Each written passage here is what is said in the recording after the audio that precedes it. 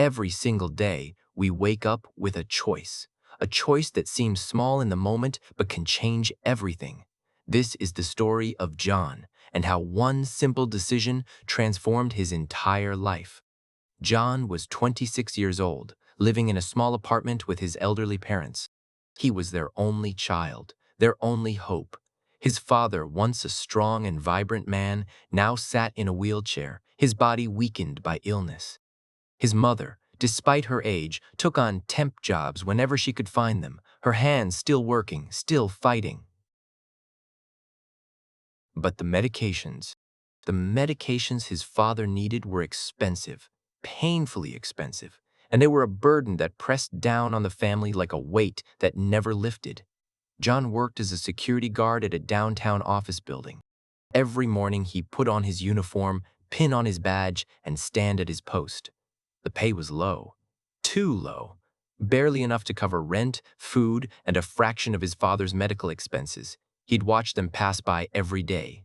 The executives in their tailored suits, the managers with their confident strides, the entrepreneurs talking on their phones about deals and opportunities. And he'd wonder, would he ever have that? Would he ever be able to give his parents the life they deserved? But there was one person who was different. Mr. Hubert, an older gentleman who worked in the building.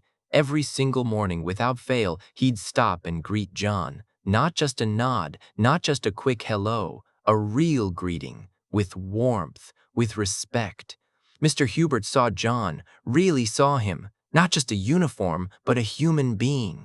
But despite these small moments of kindness, John couldn't shake the feeling of being stuck, trapped. He'd stand there, hour after hour, watching success walk past him, wondering if his turn would ever come, wondering if he'd ever break free from the cycle of just surviving. And then, one afternoon, everything changed.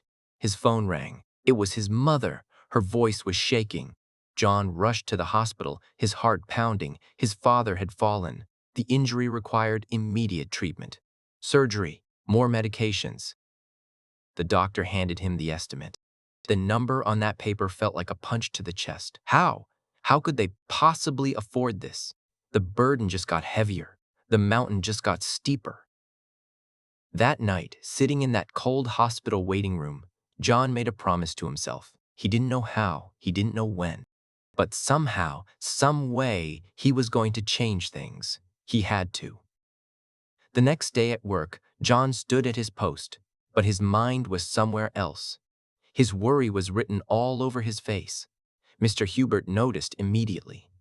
John hesitated. But there was something about Mr. Hubert's genuine concern that made him open up. They went for coffee, and John told him everything. The weight he carried, the fear he felt, the responsibility that kept him up at night. Mr. Hubert listened, really listened, and then he asked a simple question. What time do you go to sleep at night, and when do you wake up? John was confused. What did that have to do with anything? But he answered honestly. He'd come home exhausted, watch TV to unwind, hang out with friends to forget his troubles. Sleep around 11, wake up at 7, rush to work. Repeat. Mr. Hubert nodded.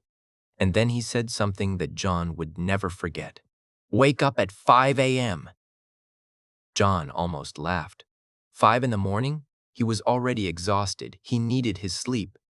But Mr. Hubert continued. Then sleep earlier. Go to bed at 9. Your evenings aren't changing your life, but your mornings can. The plan was simple. Wake up at 5 a.m. every single day. No excuses. From 5 to 6, dedicate 1 full hour to learning a new skill. Just one skill at a time. Choose carefully, but commit completely. Not just watching videos, not just browsing, real learning. Focused. Intentional. For 30 days straight. Because research shows that's how long it takes to build a habit. And from 6 to 7, move your body. Stretch, walk, run, nothing extreme, just movement. To wake up your body the same way you're waking up your mind. Mr. Hubert looked John in the eye and said, It will be hard at first, your body will resist, your mind will make excuses, but push through, give it 30 days, just 30 days, and watch what happens. The next morning, John's alarm went off at 5. The room was dark. His bed was warm. Every part of him wanted to hit snooze. But he remembered his father in that hospital bed. He remembered that medical bill. He remembered his promise. So he got up. He chose project management as his skill. It seemed practical, valuable, something the professionals in his building did. For 1 hour every morning he studied. He watched courses. He read articles. He took notes. He practiced. The first week was brutal. His body ached for more sleep. His mind felt foggy, but he kept going. After studying, he put on his shoes and walk, then jog, then run. Slowly, something began to shift. By the second week, waking up got easier. By the third week, it felt natural. By the fourth week, he actually looked forward to it. The hours he once wasted on TV and mindless scrolling were now building something. Building him. His knowledge grew. His body felt stronger. His mind felt sharper. Weeks turned into months.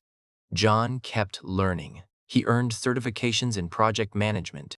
He understood methodologies, timelines, budgets, risk management, things he never thought he'd know. And then, opportunity knocked. The building he worked in was undergoing a major construction project. They needed someone to oversee it, to manage the contractors, to keep things on schedule and on budget. Most people would never had even considered it. But John wasn't most people anymore, not after those early mornings, not after that discipline. He had the knowledge now, and more importantly, he had the confidence. He volunteered. His supervisor was skeptical at first. A security guard managing a construction project? But John showed them his certifications, his knowledge, his plan. They gave him a chance, and John delivered. He managed that project like a professional, coordinating teams, solving problems, staying on schedule. And incredibly, he brought it in under budget. His supervisor was stunned, impressed. Word began to spread through the building. Who is this security guard who just managed a major project better than some of the professionals they'd hired in the past? And then, fate intervened again. One of the companies in the building was looking for a project manager. They'd seen John's work. They knew him from his years at the front desk. They interviewed him, and they hired him. The salary? 3 times what he was making as a security guard. John sat there, staring at that offer letter, and he cried. For the first time in years, they were tears of joy. The first thing John did was find Mr. Hubert. He needed to thank the man who changed his life. They met for coffee again. John told him everything: the early mornings, the learning, the opportunity, the new job. The gratitude was pouring out of him.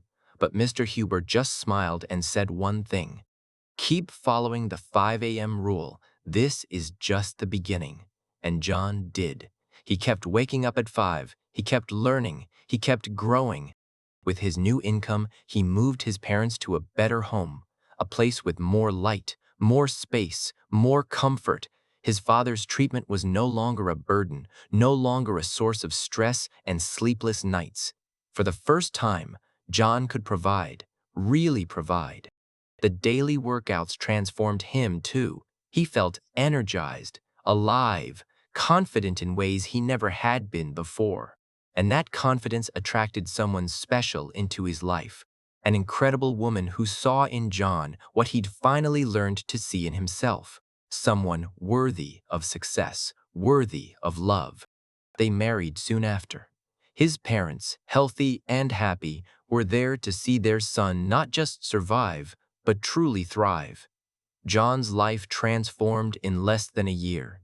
Not because he won the lottery, not because someone handed him success, but because he made a choice.